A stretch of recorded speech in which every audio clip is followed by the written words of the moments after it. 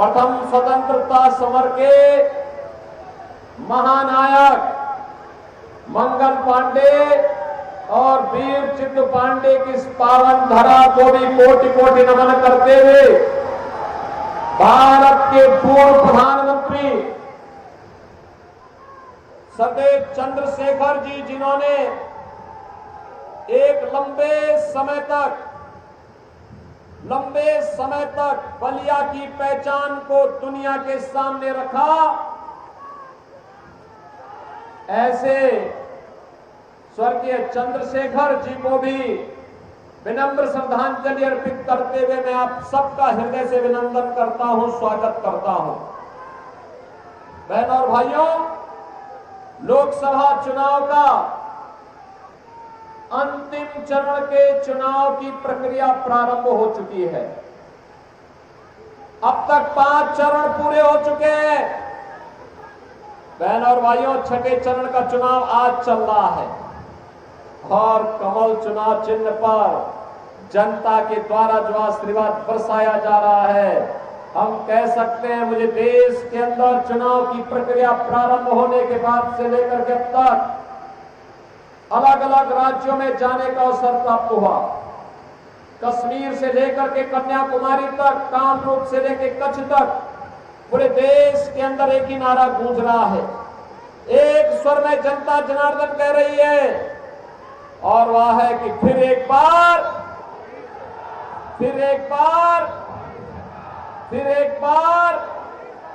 और अब की बार 400 पार। जब 400 पार की बात करते हैं तो ये समाजवादी पार्टी और कांग्रेस के लोगों को तो चक्कर आने लगता है कि 400 पार कैसे होगा। वो युक्ति पूछते हैं जनता जनार्दन से कि 400 पार कैसे, तो जनता कहती है, क्या कहती है? जो राम को लाए हैं, क्या कहती है? जो राम को लाए हैं हम उनको लाएंगे, जो राम को लाए हैं हम उनको लाएंगे। स्वाभाविक रूप से पूरा चुनाव राम भक्तों, राम द्रोहियों के बीच में जाकर के चला गया है, सिमट गया है।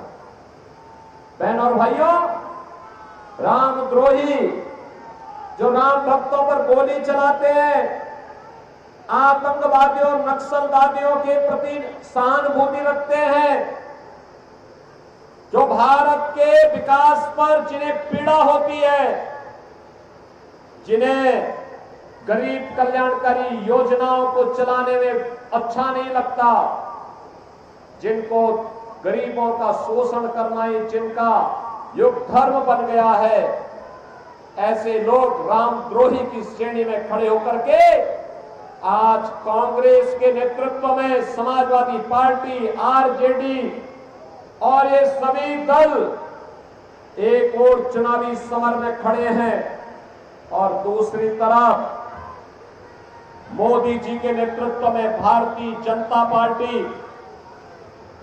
सुहेल देव राजभर पार्टी, निषाद राज पार्टी, अपना दल, राष्ट्रीय लोक दल, ये सभी मिलकर के राम भक्तों की टीम के साथ चल करके, मिलकर के एक भारत श्रेष्ठ भारत बनाने के लिए प्रतिबद्धता को दोहराते हुए देश के अंदर कार्य कर रहे हैं।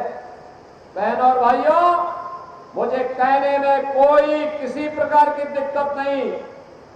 हमने और हम में से हर व्यक्ति सौभाग्यशाली है कि हमने अयोध्या में रामलला को अयोध्या धाम में 500 वर्षों के बाद विराजमान होते हुए भी देखा है, और अयोध्या में 500 वर्षों के बाद रामलला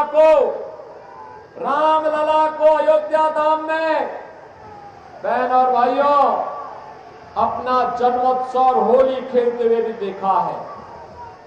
आज आप अयोध्या जाएंगे, अयोध्या कितने लोग गए हैं? इधर कितने लोगों ने अयोध्या दर्शन किया है?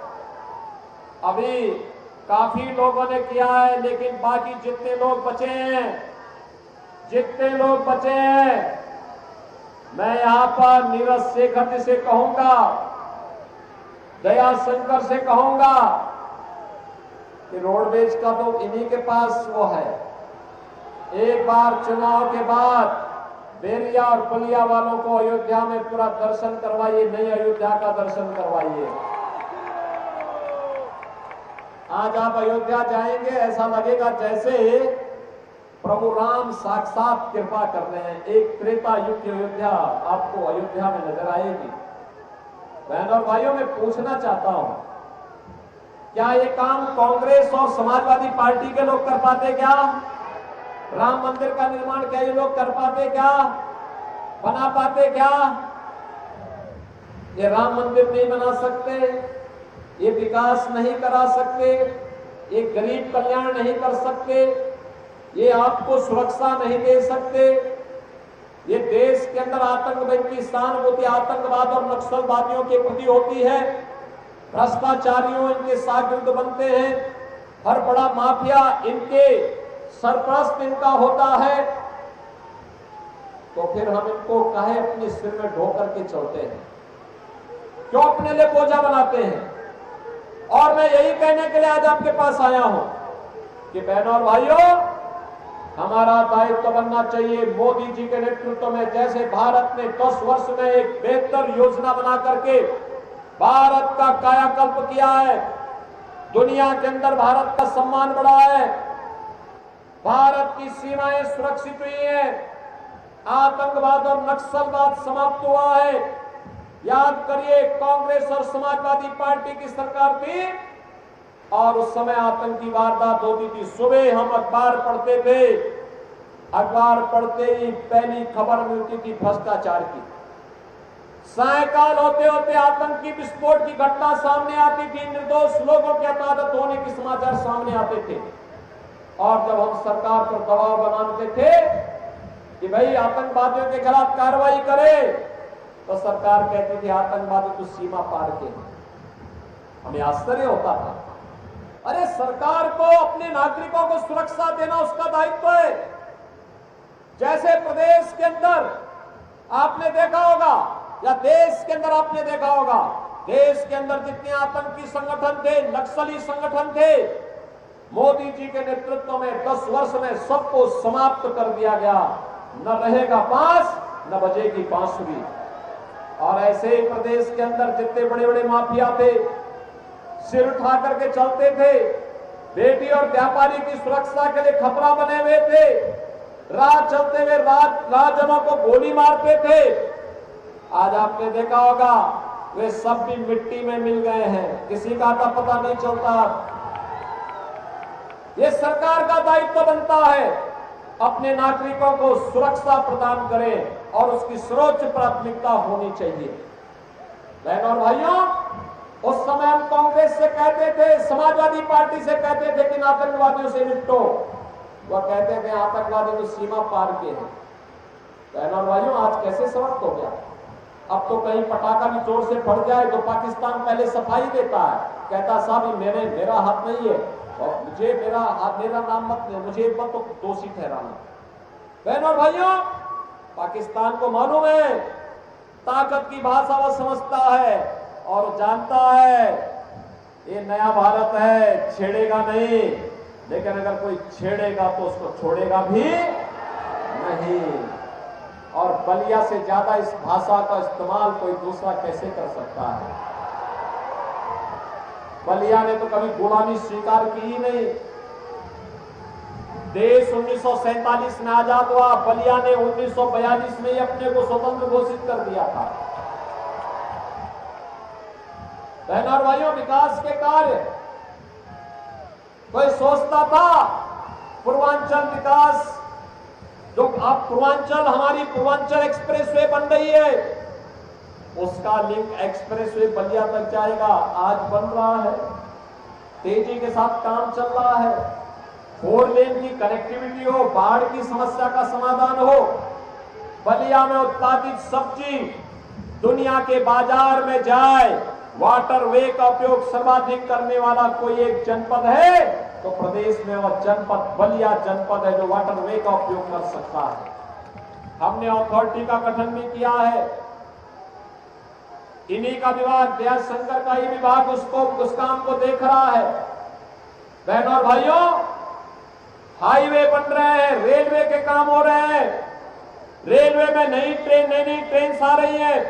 कई वंदे भारत ट्रेन, कई अमृत भारत ट्रेन, कई नव Bharat train. World class facility है। आज आप जाएंगे, आपको लगेगा दुनिया के अत्याधुनिक ट्रेन की सुविधा भारत के पास, हाईवे भारत के पास, एयरपोर्ट भारत के पास, और AIIMS, IIT, IIM, triple IT, NIT, one district one medical college, Sardev Chandrashekhar ji के गांव का जो हॉस्पिटल उन्होंने बनाया था, हमारी सरकार ने उसको प्रारंभिक रूप से चालू कर दिया है और मेडिकल कॉलेज की प्रक्रिया को तेजी से आगे बढ़ाने की कार्रवाई भी बलिया के अंदर चल रही है। बहनों और भाइयों, हर घर नल के माध्यम से शुद्ध पेयजल उपलब्ध करवाने की कार्रवाई भी आगे बढ़ रही है। और याद करिए, गरीबों के लिए कितनी योजनाएं, 80 करोड़ लोगों को भारत फ्री में राशन दे रहा है। और पाकिस्तान की हालत क्या है? 23 करोड़ की कुल आबादी, वे भी भूख से मर रहे हैं।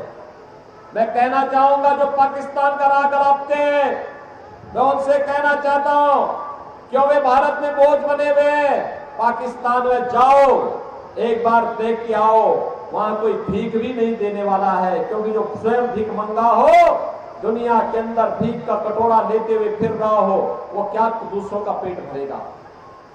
लेकिन आज भारत तो अपने देश के अंदर 80 करोड़ लोगों को फ्री में राशन दे रहा है।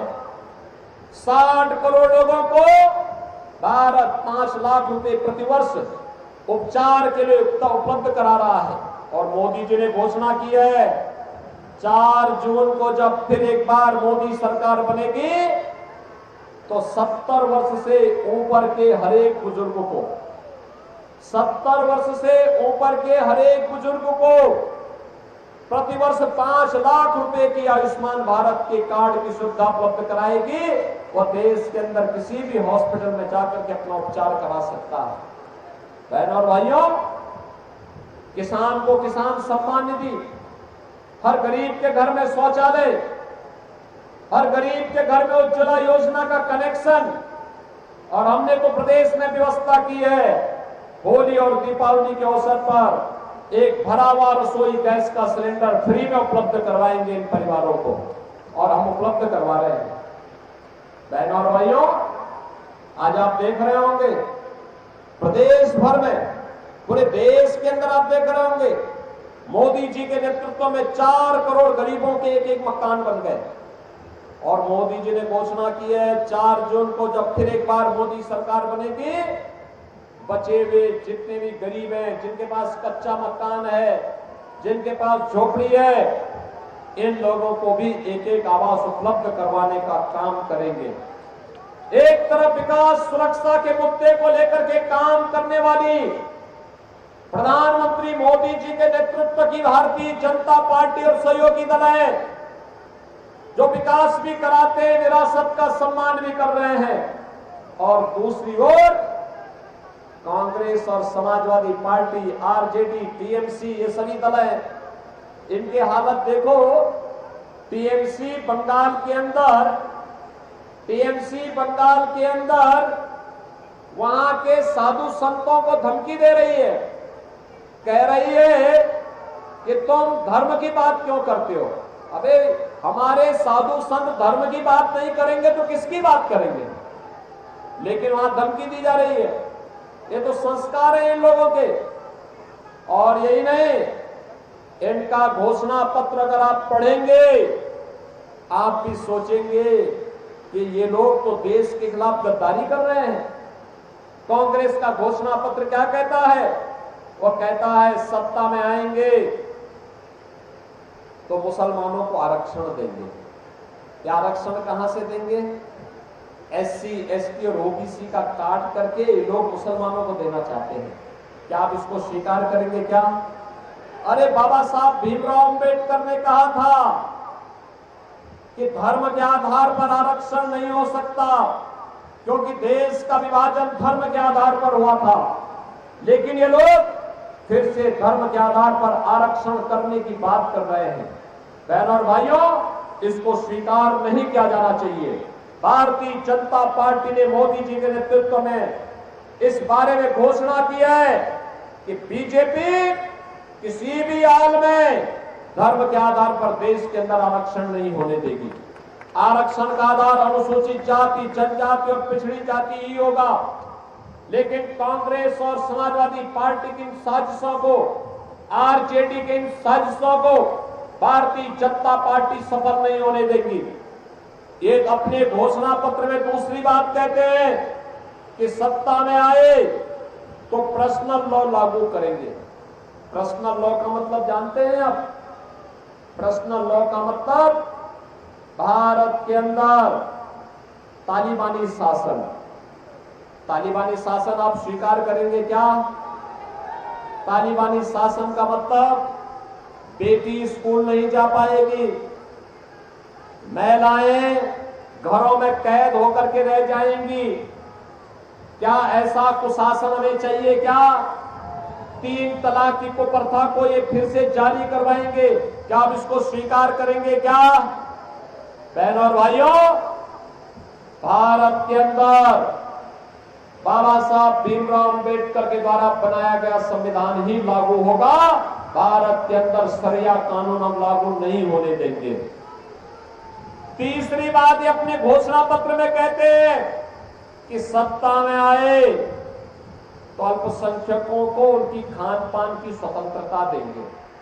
बहनों और भाइयों, मैं पूछना चाहता हूं, ऐसा कौन सा खान पान है, कौन सा खान पान है जो खान पान बहुत संख्यक खाता है लेकिन अल्पसंख्यक नहीं खाता है, या अल्पसंख्यक खाता है बहुत संख्यक नहीं खाता है? अरे बाटी चोखा आप भी खाते होंगे, वो भी खाता होगा। चावल आप भी खाते होंगे, वो भी खाता होगा। दाल आप भी खाते होंगे, वो भी खाता होगा। सब्जी आप भी खाते होंगे, वो भी खाता होगा। लेकिन एक जगह में आके ठहर जाते हैं, एक जगह में आके ठहर जाते हैं। जब कोई मुसलमान गौकशी करने का दुस्साहस करता है, गौ मांस खाने की बात करता है, हिंदू वहां पे डर जाता है, कहता है नहीं, जन्म जन्म का नाता है, गौ हमारी जन्म जन्म का नाता है। बोलते हैं ना, क्या गौकशी करने वालों को स्वतंत्रता देंगे क्या? क्या छूट देंगे क्या? अरे राम जन्मभूमि को मंदिर निर्माण का जो पुण्य आपके साथ जुड़ा हुआ है वह पाप में बदल जाएगा। पाप में, ये पाप मत करना। आप मानते हैं ना इस चीज को? आप मानते हैं ना इस बात को? और इसीलिए बहनों और भाइयों में आया हूं, ये बैरिया और बलिया विकास के लिए नहीं तरसता, विकास के लिए नहीं तरसता है। विकास के कार्यों को जितना तेजी के साथ आगे बढ़ाने का काम हो रहा है, मैं उसी के लिए आपके पास आया हूं। हमने तो यहाँ राजकीय पॉलिटेक्निक भी दिया है, एक राजकीय महाविद्यालय भी बैरिया में दिया है, इंटर कॉलेज भी बलिया में दिया है, और नौरंगा को प्रत्येक घर में सोलर लाइट देने की कार्रवाई के लिए भी 14 करोड़ रुपए स्वीकृत कराए गए। बहनों और भाइयों, बलिया में बस स्टैंड भी बन रहा है, मेडिकल कॉलेज के निर्माण के कार्य को भी तेजी के साथ आगे बढ़ाया गया है, वाटर वे के निर्माण की भी कार्रवाई तेजी से आगे बढ़ रही है, बाढ़ बचाव के कार्य को तेजी के साथ आगे बढ़ाया गया है। और मैं तो आपको यही कह सकता हूं कि बहनों और भाइयों, आपने बीजेपी को वोट दिया, बीजेपी सुरक्षा भी देगी, सम्मान भी देगी, विकास भी कराएगी और गरीब कल्याणकारी योजनाओं को भी तेजी के साथ आगे बढ़ाने का काम करेगी। और इसीलिए आज मैं आपके पास आया हूं। यहां पर भारतीय जनता पार्टी ने सरदेव चंद्रशेखर जी की विरासत को आगे बढ़ाने के लिए श्री नीरज शेखर को अपना प्रत्याशी बना करके आपके बीच उतारा है। बलिया की सीट में जीतने का मतलब 4 जून को 400 पार के लक्ष्य को हम प्राप्त करेंगे। आप सहमत हैं? क्या बलिया सहमत है? बैरिया सहमत है? भाई थोड़ा बलिया की तरह बोलो भाई, क्या मैं कर रहा हूं, थोड़ा तेजी से बोलो, बलिया की आवाज में बोलो। सहमत हो ना? सब सहमत हो? नहीं आप तो हैं ही, लेकिन ये जो पेड़ के नीचे हैं, सड़क के किनारे खड़े हैं, देखो ये गलती दया शंकर की है। एक कश्मीर चला गया था, आज ही सुबह पहुंचा है, नहीं तो पंडाल बड़ा बनाता तो पूरा प्रांगण भरा होता। लोग पेड़ों के नीचे खड़े हैं, पेड़ों के नीचे लोग खड़े हैं, सड़क के किनारे खड़े हैं, धूप में खड़े हैं।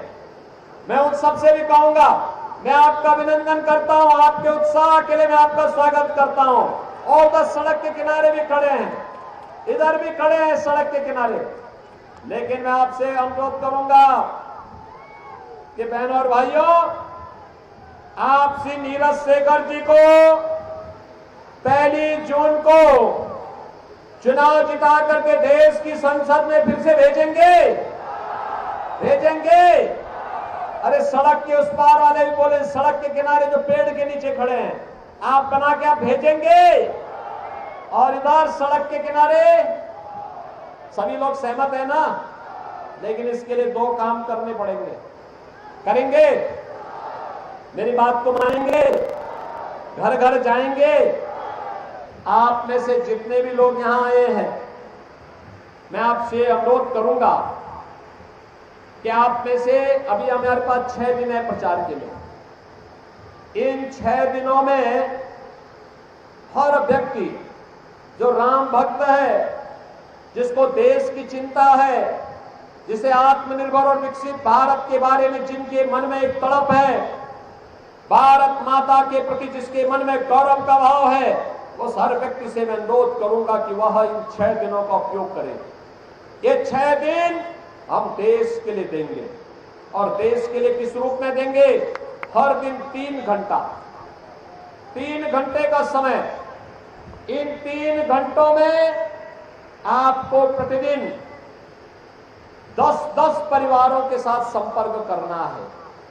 10 परिवार में, एक परिवार में 4 लोग होंगे, किसी में 5 होंगे, किसी में 6 होंगे, किसी में 3 होंगे। प्रत्येक सदस्य से मिलकर के अनुरोध करना है। अनुरोध यही करना है कि मोदी जी के नेतृत्व में विकसित भारत बनाने के लिए, राम राज्य की परिकल्पना को साकार करने के लिए श्री नीरज शेखर को चुनाव जिताकर भेजना है। कमल चुनाव चिन्ह को, चुनाव चिन्ह कमल के लिए वोट मांगना है। मांगेंगे? मांगेंगे? पेड़ के नीचे वाले भाई, आपके पास तो बहुत अच्छी हवा आ रही होगी पेड़ की, मांगेंगे ना? और दूसरा कार्य, 1 जून को 10 बजे के पहले पहले उन सभी मतदाताओं को मतदान केंद्र में ले जाके मतदान कराना है। कराएंगे? करा देंगे? देखो आज भी मतदान हो रहा है, जहां पे कार्यकर्ता जनता जनार्दन सक्रिय है, वहां 30% मतदान 11 बजे तक संपन्न हो चुका था।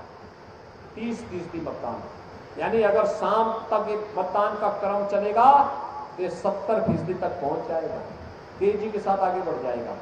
और इसीलिए आपको बलिया के अंदर भी रिकॉर्ड मात्रा में मतदान करना है। करेंगे? करेंगे ना? तो मेरे साथ बोलेंगे, दोनों हाथ ला करके, जहां तक मेरी आवाज जा रही है दोनों हाथ लाइए। सड़क वाले, सड़क के किनारे वाले भी दोनों हाथ ला करके बोलो। सभी लोग बोलेंगे, भारत माता की जय, भारत माता की जय, भारत माता की जय, जय श्री राम, जय श्री राम, जय जय श्री राम, जय जय श्री राम।